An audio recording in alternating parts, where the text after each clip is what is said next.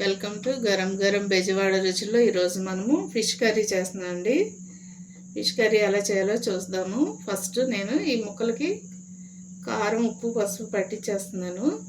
కారం లైట్గా వేసుకోండి, ఎందుకంటే మళ్ళీ కర్రీలో వేసుకుంటాం కదా. ఇప్పుడు నేను ఒక స్పూన్ పసుపు వేస్తున్నానండి. అలాగే ఒక స్పూను సాల్ట్ వేస్తున్నాను. కొంచెం 2 స్పూన్లు ఆయిల్ వేయండి.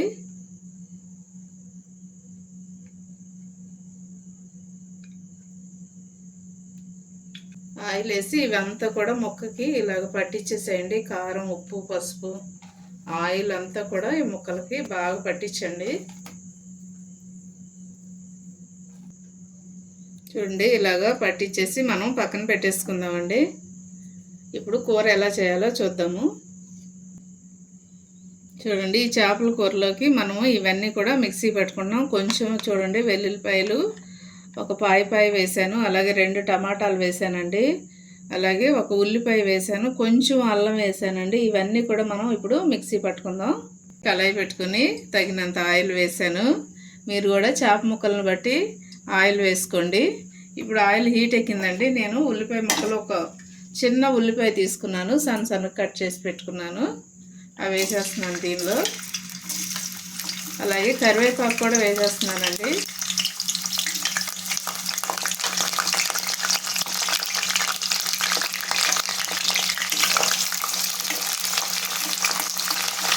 ఇవి కొంచెం పచ్చివాసన పోయేంత వరకు వేయించుకోండి. చూడండి, చిన్నవి ఇలాచీ కూడా నేను 3 వేస్తున్నానండి. దీనిలో స్మెల్ బాగుంటుంది.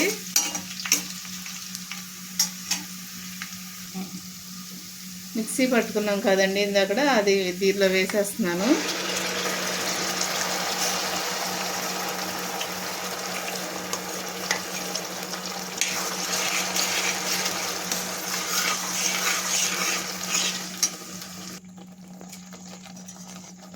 చూడండి, 2 బిర్యానీ ఆకులు వేస్తున్నానండి నేను. టేస్ట్ చాలా బాగుంటుందండి చేపల కూరలో వేసుకుంటే. ఇదంతా కూడా బాగా ఉడకాలండి. ఆయిల్లో ఉడికితే బాగుంటుంది కర్రీ, చాలా బాగుంటుంది ఇది. ఇలాగ మీరు కూడా తప్పకుండా ట్రై చేయండి. చూడండి, ఆయిల్లో ఇది బాగా ఉడకాలండి. ఉడికితేనే బాగుంటుంది కర్రీ, టేస్ట్ బాగుంటుంది. ఇప్పుడు మనం నేను పచ్చిమిర్చి వేసేస్తున్నానండి. అలాగే దీనిలో కారం కూడా వేసేస్తున్నాను. ముక్కలను బట్టి మీరు కూడా కారం వేసుకోండి. ఇందాక మనం ముక్కలకి పట్టించాం కదండి కారము, అన్నీ కూడా ఇప్పుడు చూసి వేసుకోండి, ఎందుకంటే ముక్కలకు కూడా ఉంటుంది కదా కారం. నేనైతే ఫుల్గా 3 స్పూన్లు వేసానండి ఈ స్పూన్తో. ఇది కూడా కొంచెం సేపు ఆయిల్లో బాగా మగ్గనిద్దామండి. మగ్గితే కూడా బాగుంటుంది కూర, టేస్ట్ బాగుంటుంది. కొంచెం పసుపు కూడా వేస్తున్నానండి, ఇందాక ముక్కలకు పట్టించేటప్పుడు వేసాం కదా. అలాగే సాల్ట్ కూడా చూసి వేసుకోండి, ఇందాక ముక్కలకి పట్టించినప్పుడు వేసాము. ఇప్పుడు కూడా నేను 2 స్పూన్లు వేస్తున్నానండి. చాలపోతే మళ్ళీ వేసుకోవచ్చు మనం.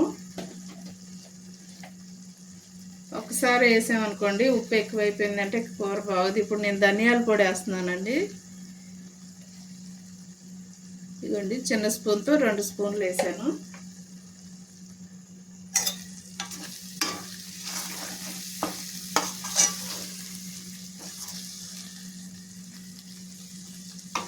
కొంచెం సేపు ఆయిల్లో మగ్గనిచ్చిన తర్వాత మనం ముక్కలు పెట్టేసుకుందాం.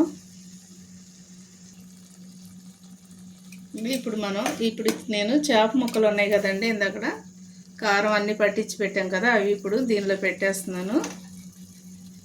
ఎందుకంటే ఈ ముక్కలు కూడా కొద్దిసేపు ఆయిల్లో మగ్గితే బాగుంటాయండి టేస్ట్.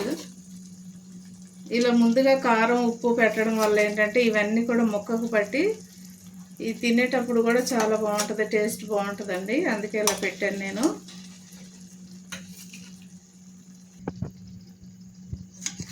చూడండి, ముక్కలన్నిటికి కూడా ఒకసారి ఇప్పుడు కలిపితే ఏమవుదండి, కానీ కొంచెం మగ్గిన తర్వాత మాత్రం ఇది ముక్కలను కదపకూడదు, ఎందుకంటే విడిపోతాయి, ముక్కలు ఇరిగిపోతాయి. ఇప్పుడు మాత్రం వేయగానే ఒక్కసారి ఇవన్నీ కలిపేసి ఇట్లా పట్టించేసి కారం ఇలా మూత పెట్టేస్తే చక్కగా కూర కూడా చాలా టేస్ట్ బాగుంటుందండి. ముక్కకి ఉప్పు కారం పట్టి చాలా బాగుంటుంది.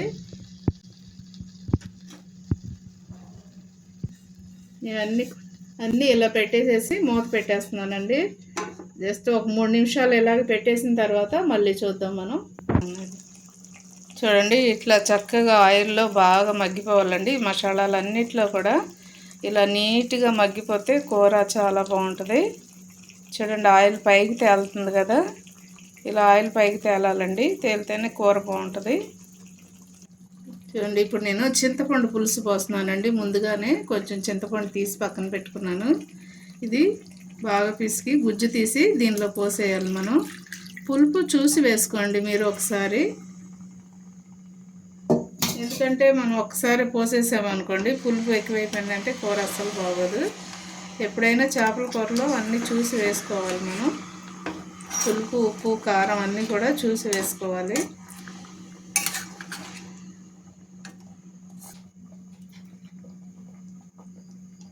చూడండి కొంచెం నేను సాల్ట్ వేస్తున్నానండి, ఎందుకంటే కొంచెం సాల్ట్ తక్కువైంది. ఉప్పు అన్నీ కూడా కారం కూడా అంత బాగా సరిపోయింది.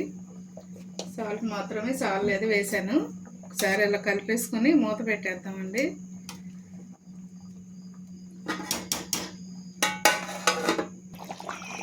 చూడండి చేపల కూర చూడండి అలా చక్కగా కలర్ఫుల్గా చాలా చాలా బాగుందండి. చూడటానికి టేస్ట్ కూడా అలాగే చాలా బాగుంటుంది.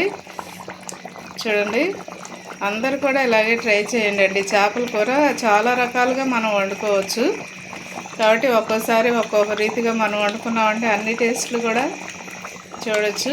తప్పకుండా ట్రై చేయండి. చూడండి ఎంత బాగుందో. ఇంకా కొంచెం ఉడకాలండి. ఉడికిన తర్వాత మళ్ళీ చూద్దాము. చూడండి కర్రీ అయితే రెడీ అయిపోయిందండి. ఇప్పుడు నేను దీనిలో కొంచెం కొత్తిమీర వేస్తున్నానండి. చూడండి కూర అయితే రెడీ అయిపోయిందండి. కొంచెం కొత్తిమీర వేస్తున్నాను నేను.